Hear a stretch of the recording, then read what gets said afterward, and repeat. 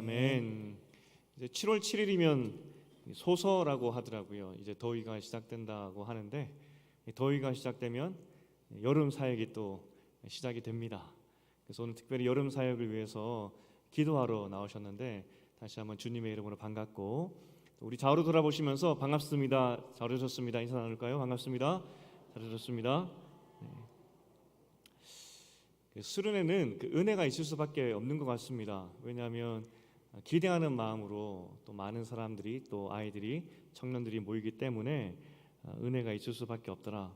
시간을 내어놓고 또 재정을 들여서 가는데 하나님이 항상 넘치게 은혜를 주시는 것 같습니다. 그런데 꼭 은혜를 받지 못했다고 하더라도 여러분 너무 속상해할 필요는 없습니다. 우리 아이는 수련회 갔다 왔는데 똑같아요 라는 그런 좀 아쉬운 마음이 들 수도 있죠. 하지만 수련회야말로 또 친구를 사귈 수 있는 진짜 중요한 시간입니다. 요즘 아이들이 친구 사귀기가 예전보다 훨씬 어렵습니다.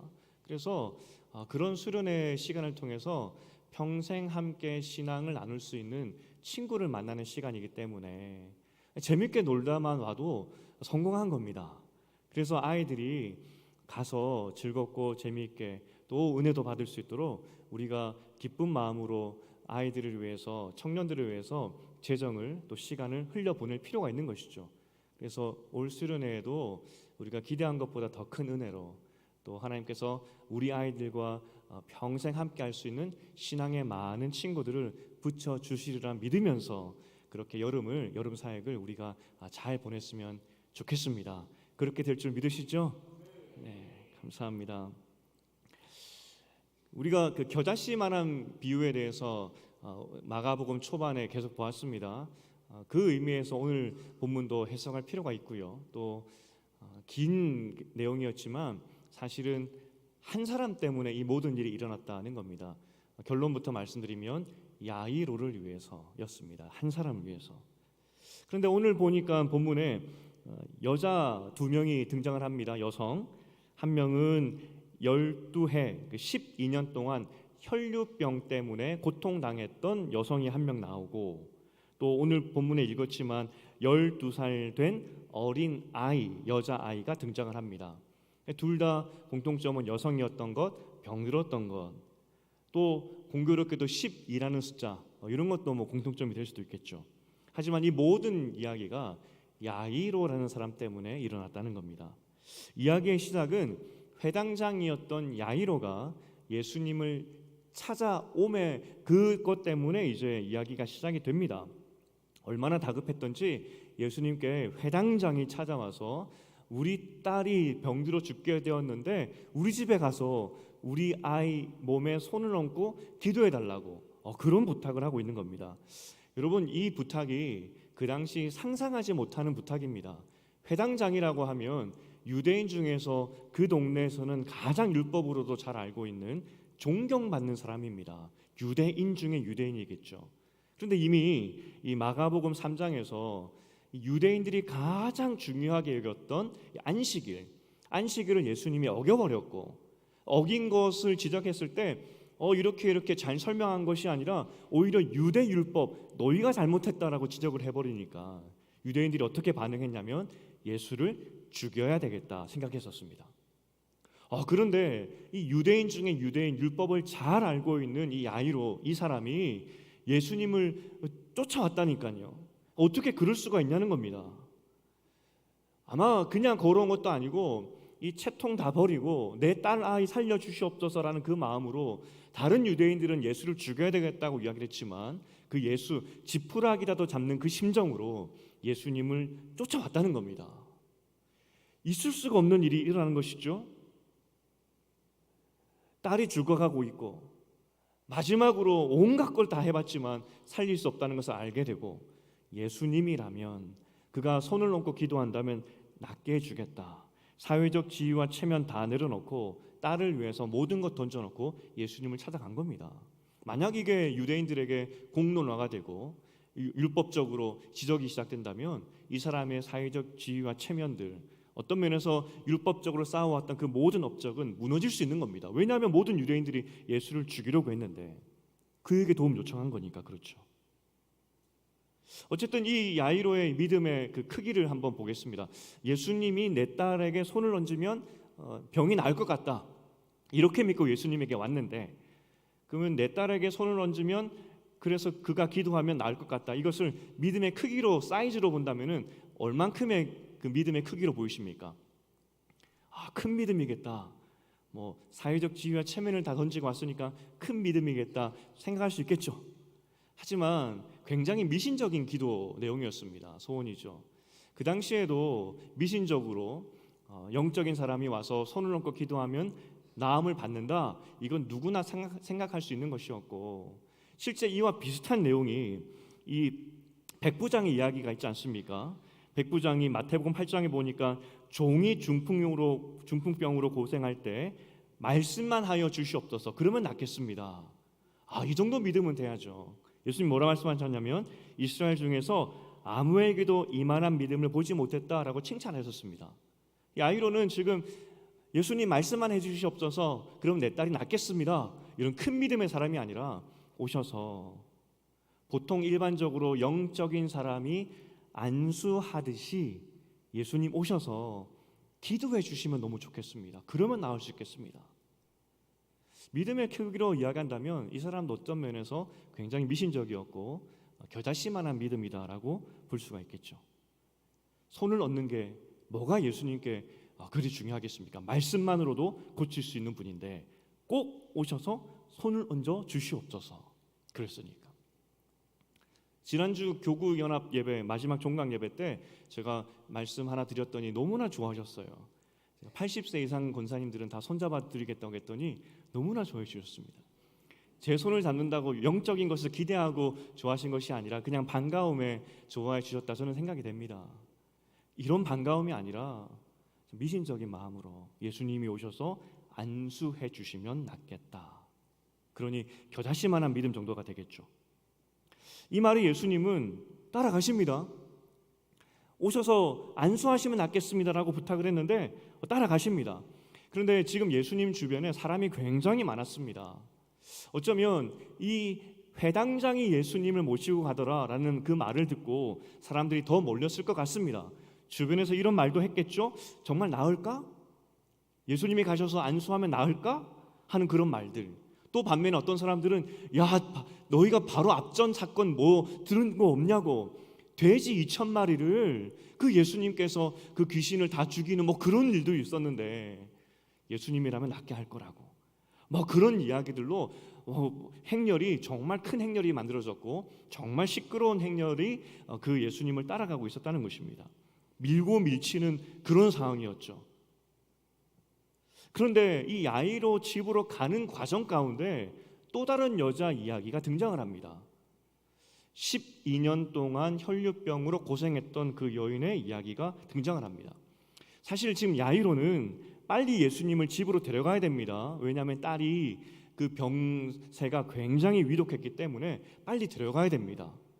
그런데 지금 이 혈류병 여인 때문에 지체가 되고 있는 그런 상황이 발생해 버리는 것이죠. 끼어 있는 이야기라는 것입니다. 지금 어떤 상황이었냐면 12년 동안 혈류증을 앓았는데 이 혈류증이라고 했을 때 아마도 그 생리가 멈추지 않는 뭐 그런 병이지 않았을까라고 학자들은 봅니다. 그렇기 때문에 26절에 보니까 이게 얼마나 고통스러웠는지를 설명해 주는데 12년 동안 의사를 찾아가 보고 모든 방법을 동원해 보았지만, 그 당시 가장 용하다는 의사까지 다 찾아가 보았지만 낫질 않더라는 겁니다. 그래서 26절에 보면 여인이 건강을 통해서 재정도 잃어버리고 건강은 떠나서 회복될 기미가 없더라, 그 절망의 상황을 지금 설명해 주고 있습니다. 모든 거 다 잃어버렸습니다. 건강도 잃어버리고 재정도 잃어버리고. 당시에 그 민간요법으로 병을 고쳐주는 그 의사들, 팔레스타인 지역에 살았던 의사들이 굉장히 부자가 많았다고 이야기를 합니다. 얼토당토하는 그런 것들로 처방전을 주고 돈을 받는 것이죠. 나쁜 의사가 많았다는 것이죠. 그 당시에 과학이 발전하지 않았으니까. 그 당시에 흔히 있었던 팔레스타인 지역에 있었던 민간요법을 보니까 뭐 이런 것도 있습니다. 유리잔에다가 포도주와 고물을 넣고 튤립 종류의 어떤 꽃을 갈아 넣어서 그걸 마셔라. 꼭 유리잔에 마실 필요는 없겠죠. 왜 거기에 포도주와 고물을 넣는지 모르겠지만 이거 마시면 다 낫는다고 그렇게 약방으로 팔았다는 겁니다. 또 페르시아산 양파를 포도주에 넣어서 요리해서 먹는데 요리하는 동안에 병아 물러가라 병아 물러가라 그렇게 외치면서 하면 병이 낫는다고 그렇게 했다는 거죠. 또 타조 알을 재로 만들어 가지고 옷에 넣고 다니면 병이 떠난다. 우리나라랑 또 비슷한 것 같기도 하고요. 그 당시 이런 민간요법들 말도 되지 않은 것들이 참 많았다는 겁니다. 우리나라도 된장 무치면 다 낫는 줄 알았는데 나중에 그게 좋지 않은 방법이라는 것도 알게 되고, 그 중국에 친구가 있었는데 그 기숙사 살았던 중국 친구가 있었습니다. 그 친구가 이야기하기를 어렸을 때부터 할머니가 생선 누나를 먹으면은 눈이 좋아진다고 생선 누나를 그렇게 먹었다고 합니다. 아마 식사 시간에 그 생선이 나와서 그 이야기가 나왔던 것 같아요. 그래서 어렸을 때 많이 먹었다고. 근데 그 중국인 친구의 안경이 제가 보았던 그 어떤 안경 두께보다 두꺼웠던, 자기도 이야기합니다. 생선 누나라고 자기 시력하고 아무런 관계가 없다고. 사람은 다 비슷한 것 같아요. 그 이런저런 걸로 부유를 축적하는 나쁜 의사들이 많았었는데 아마 그 여인도 이런 의사들을 만나서 다 잃어버렸던 것 같습니다.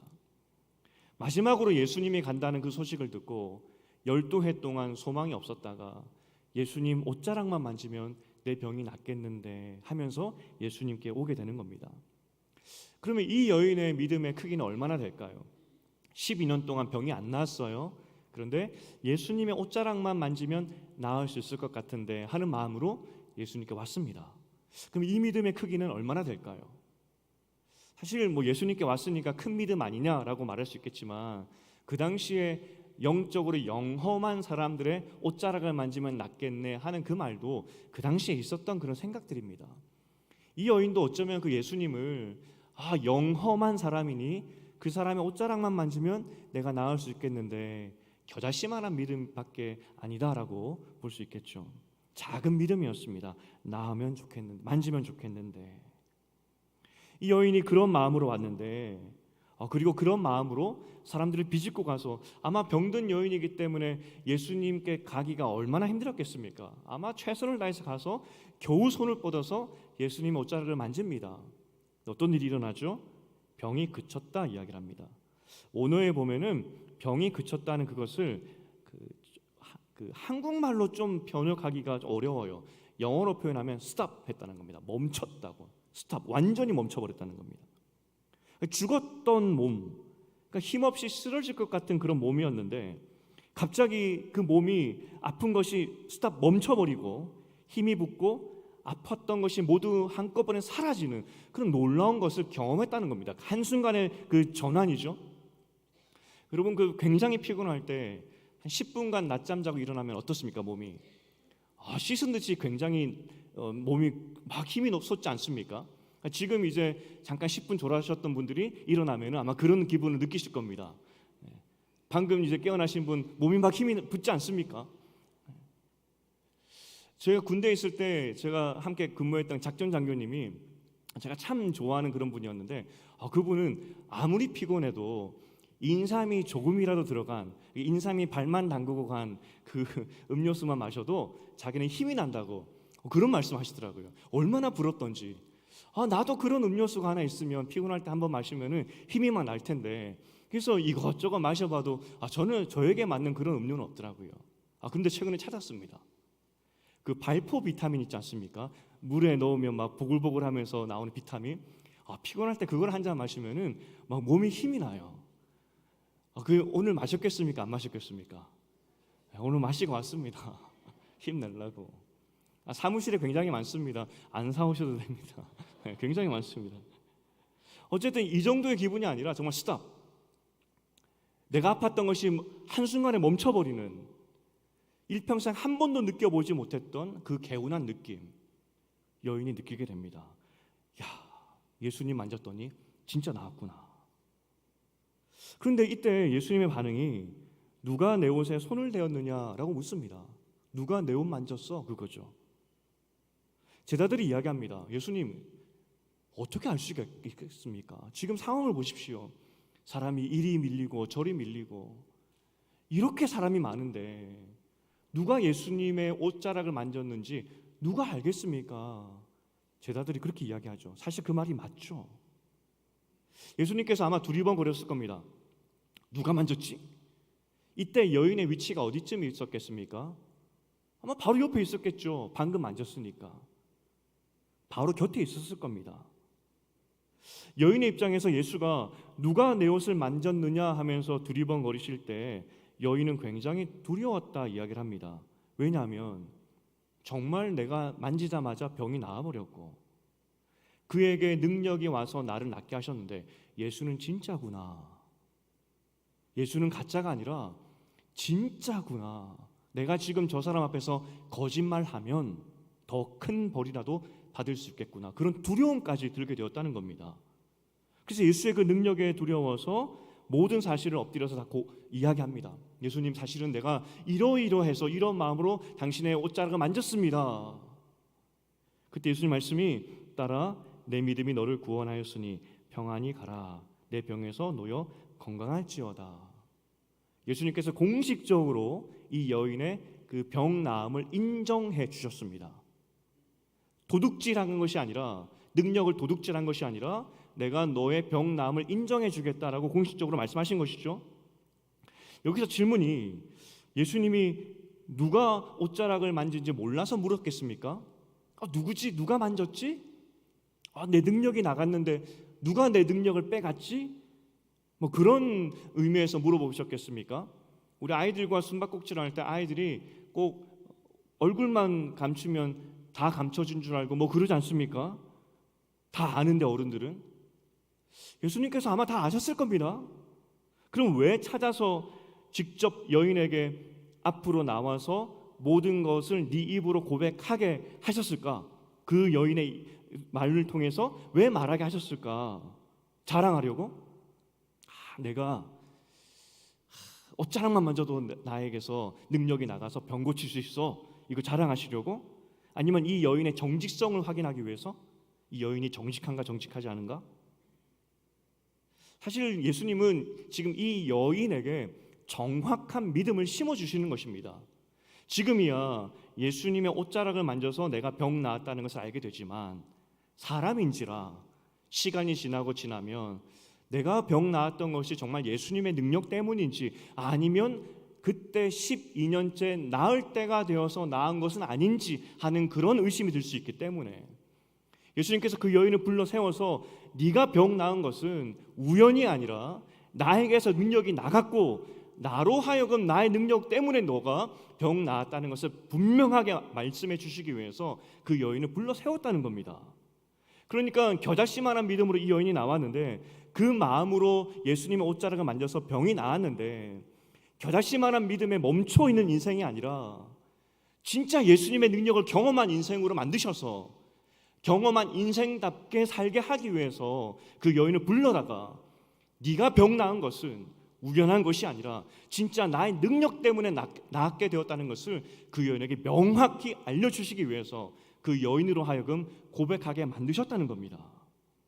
실제 이후에 전승들이 많이 있는데 전승이라고 하면은 초대교회 기록된, 그러니까 이 성경 말고 초대교회 때 교회 안에 이야기들이 있는데 그것을 전승이라고 이야기합니다. 그 전승 중에서 이 여인의 이야기가 굉장히 많이 남아 있습니다. 겨자씨만한 믿음으로 시작한 이 여인이 오늘 예수님을 통하여서 예수 잘 믿는 한 여인으로 성장한 이야기로 샘플로 초대교회 때 전승으로 많이 남아있다는 겁니다. 오늘 이 여인을 불러 세워서 겨자씨만한 믿음이라 할지라도 예수께서 병 낫게 하시고 그 사람의 믿음을 성장케 하셔서 믿음의 사람으로 만들어 주셨다. 그래서 예수님께서 이 여인을 불러 세우신 것이죠. 그런데 여러분 먼저 잘 기억해야 될 것이 이 여인의 이야기도 야이로를 위한 이야기라고 말씀드렸습니다. 지금 야이로가 예수님을 모시고 자기 딸에게로 가는 과정에서 이 여인을 만난 겁니다. 이 여인이 갑자기 딸에게 가는 그 길목에서 여인이 예수님을 이렇게 만졌고 지금 이 상황까지 벌어졌다는 겁니다.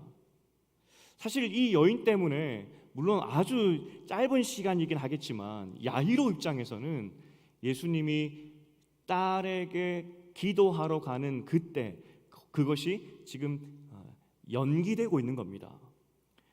야이로 입장에서는 한시라도 빨리 예수님을 모시고 가야 되는데 안 그래도 행렬이 많아서 사람들이 많아서 갈 길이 지금 이렇게 막혀 있는데 더군다나 이 여자까지 끼어들어 가지고 빨리 딸에게 예수님 모시고 가야 되는데 이것도 시간을 지체하고 있네. 이런 타는 마음 가운데 아마도 야이로가 생각했을 거라는 겁니다. 그런데 사실 야이로 입장에 다시 한번 생각해 보십시오.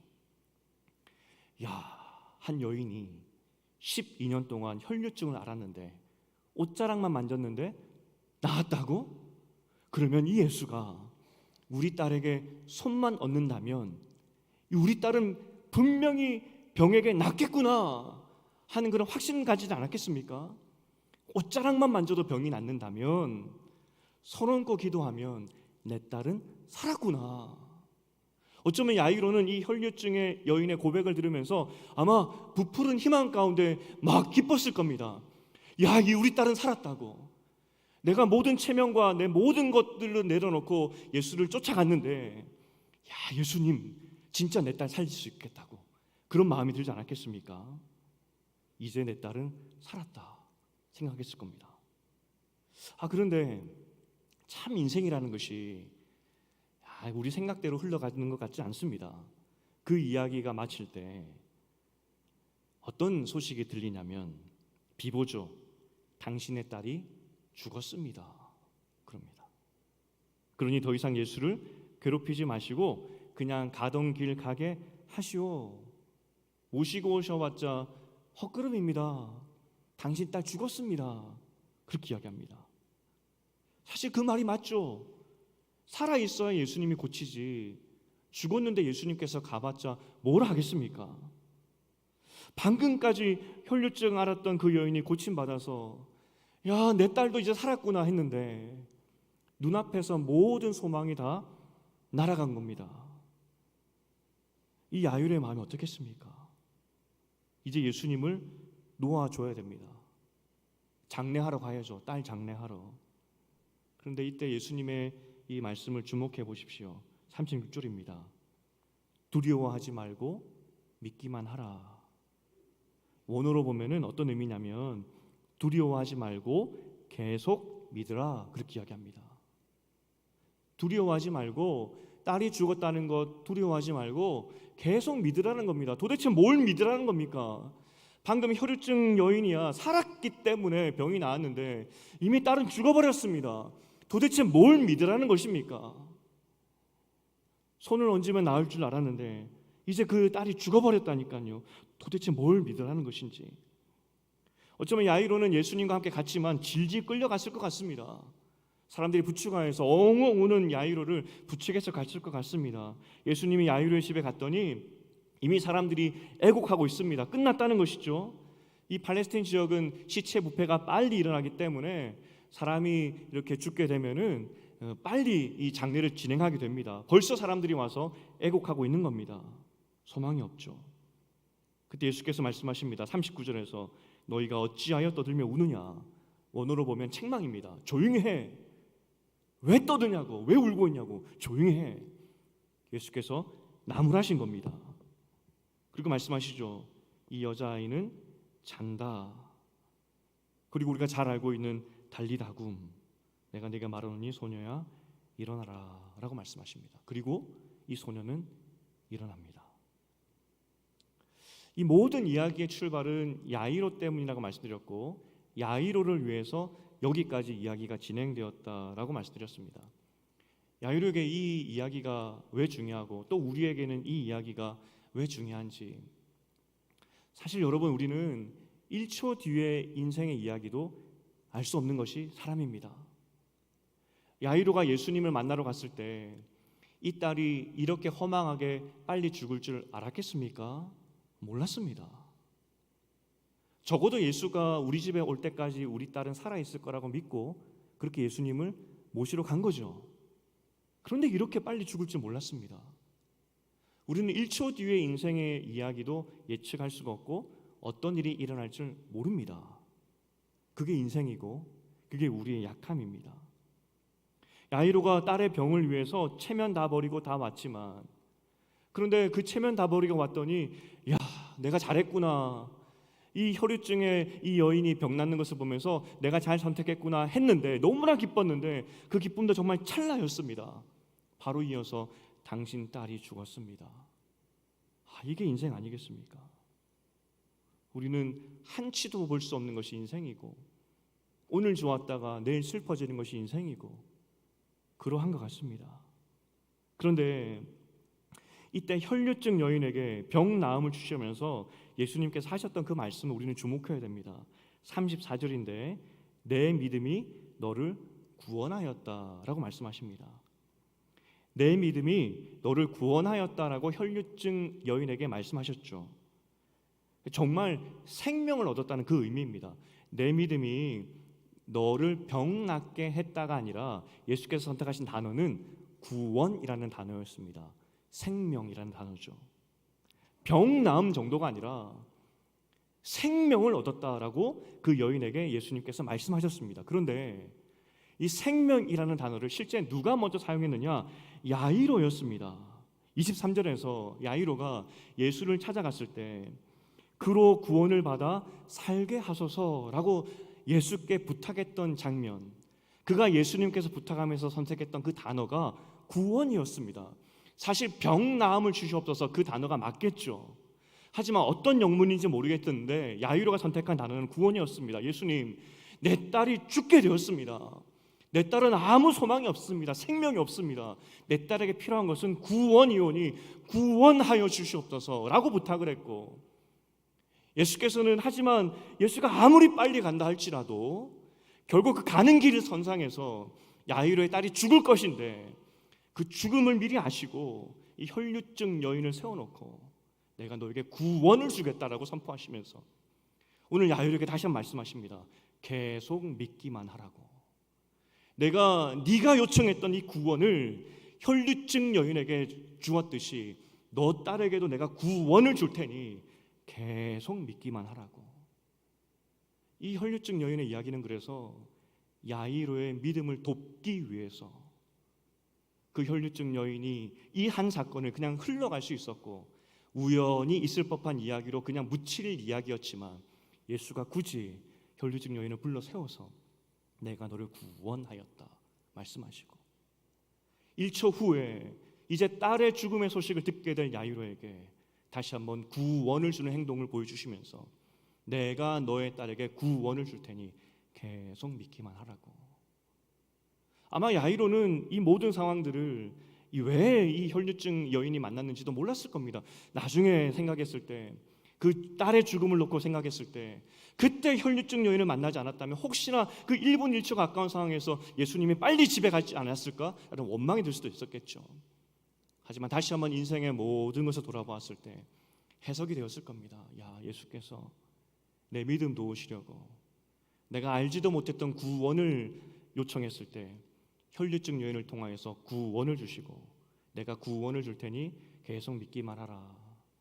나를 위해서 내 인생에 앞으로 닥칠 딸의 잃어버리는 그런 슬픔을 준비시키기 위해서 혈류증 여인의 이야기를 나에게 미리 보내주셨구나. 아마 그걸 깨달았을 거라고요. 오늘 그래서 우리가 읽었던 긴 이야기의 핵심은 예수께서 야이로의 믿음을 돕기 위해서 혈류증 여인의 사건을 야이로에게 보여주셨다는 겁니다. 딸의 죽음 앞에서 엉엉 울고 있을 야이로의 믿음을 돕기 위해서 울지 말고 겨자씨만한 믿음이었지만 계속 믿기만 하라. 내가 나음을 줄 테니. 야이로의 믿음을 돕는 예수님의 친절함이었다는 겁니다. 우리도 인생을 돌아보면 예수께서 얼마나 우리에게 믿음 떨어졌을 때, 믿음 없을 때 성실하시게 우리 믿음을 도우셨는지, 1분 1초의 미래를 알지 못하기 때문에 우리는 언제든지 한 사건에 일비하면서 웃다가 울다가 하는 것이 우리 인생이고 우리 신앙의 모습인데, 예수께서 사람을 통해서, 말씀을 통해서, 환경을 통해서 우리 믿음을 도우시고 계속 믿을 수 있도록 일하시는 그 예수님이 오늘 본문에 우리에게 보여진다는 것입니다. 그래서 우리에게 필요한 것은 계속 믿는 그 믿음, 그리고 그 믿음을 도우시는 그 예수님의 성실하심, 그 성실하심을 믿는 그 믿음이 우리에게 필요하다는 겁니다. 시편 40편에 보면 기가 막힐 웅덩이와 수렁이라는 표현이 있습니다. 정말 말로 하지 못한 기가 막힌, 이런 수렁이 있을까 싶은 그런 웅덩이와 수렁이 우리 인생 가운데 벌어지는 것 같습니다. 시인도 고백하고 있지 않습니까? 살아보니까 기가 막힌 웅덩이와 수렁이 내 인생 가운데 있었다 이야기를 합니다. 제가 참 좋아하는 표현 중에 수필 작가의 표현인데, 온 우주가 나를 밀어내는 듯한 인생의 벽이라는 그 표현이 참 좋습니다. 여러분, 살다 보니까 온 우주가 내 인생을 방해하는 것 같은 그런 것들을 경험해 보신 적이 없으십니까? 하나님도 도와주시는 것 같지 않고 온 세상이 나의 적이 되어서 내 인생의 벽이 되었구나, 답답한 그런 순간들을 경험하신 적이 없으십니까? 시편 40편 그 고백이 그거 아니겠습니까? 기가 막힐 웅덩이와 수렁. 야이로가 지금 이제 됐다 싶었는데, 하지만 그의 인생 앞에서 딸이 죽는 그 웅덩이와 수렁이 그 앞에 기다리고 있었고, 예수께서 말씀하십니다. 계속 믿기만 하라. 내가 구원을 허락하겠다. 이게 예수님께서 야이로를 향하신 믿음을 도우시는 예수님의 사역이었다는 겁니다. 우리가 다음 세대를 위해서 모였습니다. 우리 인생만 돌아봐도 예수께서 우리와 함께 하시면서 우리 믿음을 여기까지 도우셨는데, 사실 이 수련회가 우리 아이들에게 그 예수님의 믿음을 도우시는, 하나님께서 우리 자녀들의 믿음을 도우시고 세우시는 정말 귀중한 시간이기 때문에 우리가 기도하러 모인 거 아니겠습니까? 우리가 아무것도 할 수 없지만 우리가 이 밤에 기도할 것은, 하나님, 오늘 야이로를 위해서 12회 혈류증 여인의 구원을 보여주시고, 지금 야이로 스스로 뭘 구원했는지도 모르는 그 구원을 다시 한번 말씀해 주시면서 내가 구원해야겠다라고 확증시켜 주셨듯이 우리 아이들의 믿음을 도우셔서, 겨자씨만한 믿음이지만, 그래서 인생의 여러 가지 파도 가운데 기가 막힌 웅덩이와 수렁에 빠졌을 때 인생의 벽을 만날 것이 우리 아이들의 인생인데, 그것이 인생인데, 그때 계속 믿을 수 있는 믿음을 허락하여 주시옵소서. 그 마음으로 오늘 모인 거 아니겠습니까? 우리가 첫 번째로 이제 말씀을 맺으면서 첫 번째 결론입니다. 우리가 이 땅 가운데 먼저 살아갈 때 가져야 되는 마음은 계속 믿는 믿음입니다. 그런데 이 믿음도 우리가 가질 수가 없습니다. 예수께서 믿음을 도우시기 때문에, 믿음이 떨어질 만함 하면 말씀으로, 믿음이 떨어질 만하면 친구를 통해서, 이웃을 통해서, 또 여러 가지 환경을 통해서 믿음을 도우셨기 때문에 여기까지 왔다는 겁니다. 하나님, 내 믿음이 겨자씨만한 믿음입니다. 하나님의 도우심이 없다면 내 믿음을 온전히 설 수가 없습니다. 내 믿음을 도와주시옵소서. 말씀하여 주시고 좋은 친구도 보내주시고 환경으로 말씀해 주셔서 1초 후에 인생을 알지 못하는 나이기 때문에, 그래서 내 마음이 요동치는 것이 내 인생인데 내 믿음을 도우셔서 끝까지 예수를 잘 믿을 수 있도록 주님 도와주시옵소서. 오늘 야이로에게 베풀어 주셨던 하나님의 친절하심을 나에게도 베풀어 주시고, 특별히 교회를 통해서, 신영교회를 통하여서 내 믿음이 도움받는, 하나님의 도움을 통해서 내 믿음이 자라나는 그런 은혜가 이 교회를 통해서 있게 도와주시옵소서. 이렇게 기도한 여러분 되었으면 좋겠습니다. 두 번째는 우리가 다시 한번 기억할 것은, 오늘은 다음 세대를 위해서 기도하러 모였습니다. 우리 아이들도 우리가 할 수 없습니다.